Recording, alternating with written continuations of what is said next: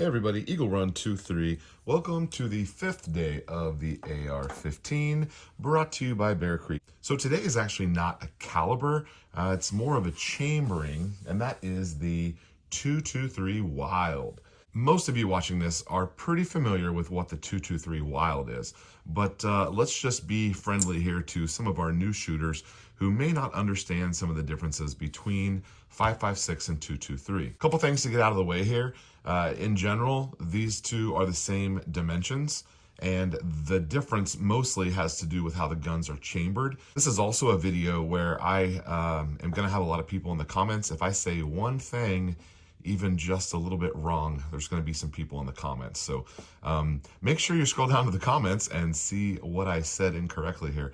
The 5.56 and the 223 are basically the same dimensions.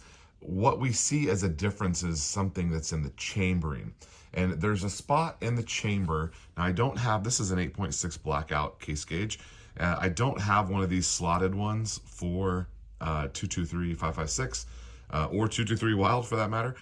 So I'll be able to show you where the difference is by using a piece of brass and this chamber gauge, and hopefully you guys can see down in there pretty well. Where the case ends, which is right here, where the case ends, and then there is a little part right here that is called free bore, and we're going to go over the dimensions, and I'll even show you the dimension difference between 5.56 and 223.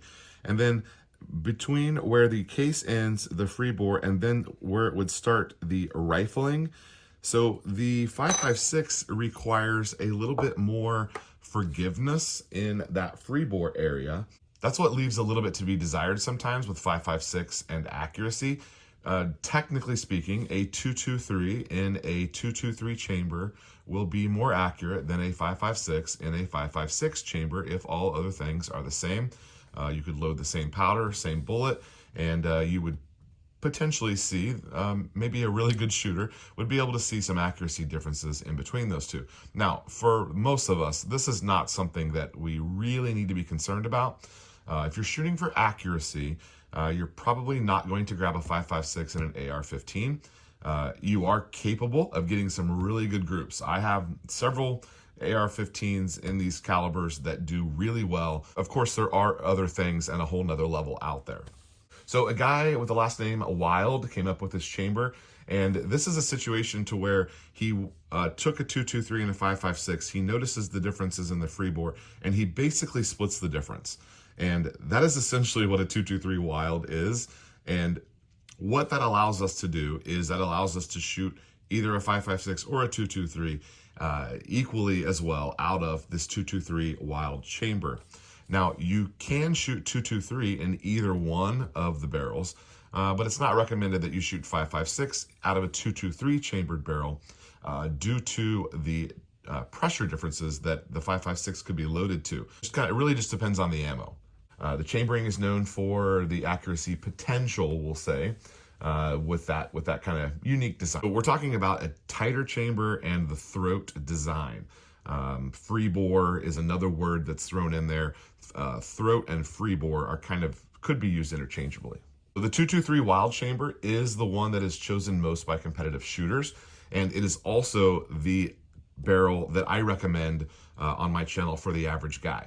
If you're new to the AR-15 or you're looking for an AR-15 barrel for a build, I recommend you grab the 223 Wild. There's really not a great reason to say that you would want the 5.56 chambering since the 223 Wild exists. And then the converse of that is if you get a 223 rim barrel, then you're limited to only 223 ammo, which would totally be fine as long as you're able to tell a difference between these two bullets and know which box that you pulled them out of. Major dimensional differences between the chambers that fire the 223 and the 5.56 is the longer and larger free bore of the 5.56. So the 5.56 has a larger free bore, and here's the number for you. So we're looking at 5.56. The free bore is 0.0566, and that's inches. And the 223 is 0.0250.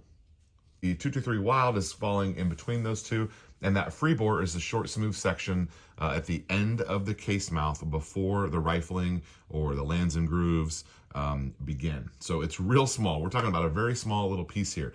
And the 5.56 wanted more forgivability, and they wanted that larger space so that the guns could be, so they could be more reliable, running dirtier, things like that. Also more associated with like a full automatic fire, just that repeatability. And then the 223, you know, this could be a bolt gun caliber. It's very accurate for what it is. It definitely has just tighter tolerances. So in order to get the military what they wanted, they opened that up for the 5.56.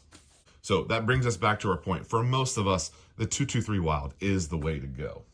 I have a really cool AR-15 build coming up. In fact, I'm headed, when we're done with these videos here, we're headed to the Cerakote shop to pick them up. It's going to be really great. I'm really excited about it. I'll show you very soon. And I'm going to be ordering a 223 Wild barrel for this. That way, my stockpile of ammo, most is 5.56, some is 223, but running through that stockpile, it won't matter what I feed it. It will be able to run either one of them, which is why I recommend the 223 Wild for most everybody in most circumstances. You could obviously make a case to go either way. If you don't have a really great reason to go one way or the other, that leaves the answer to be the 223 Wild. Stay tuned. Tomorrow for the 6th day of the AR-15 is one of my absolute favorite, top 5 favorite calibers. You won't want to miss it. Make sure you're subscribed. I'll see you guys tomorrow. Eagle Run 23. Thanks for watching.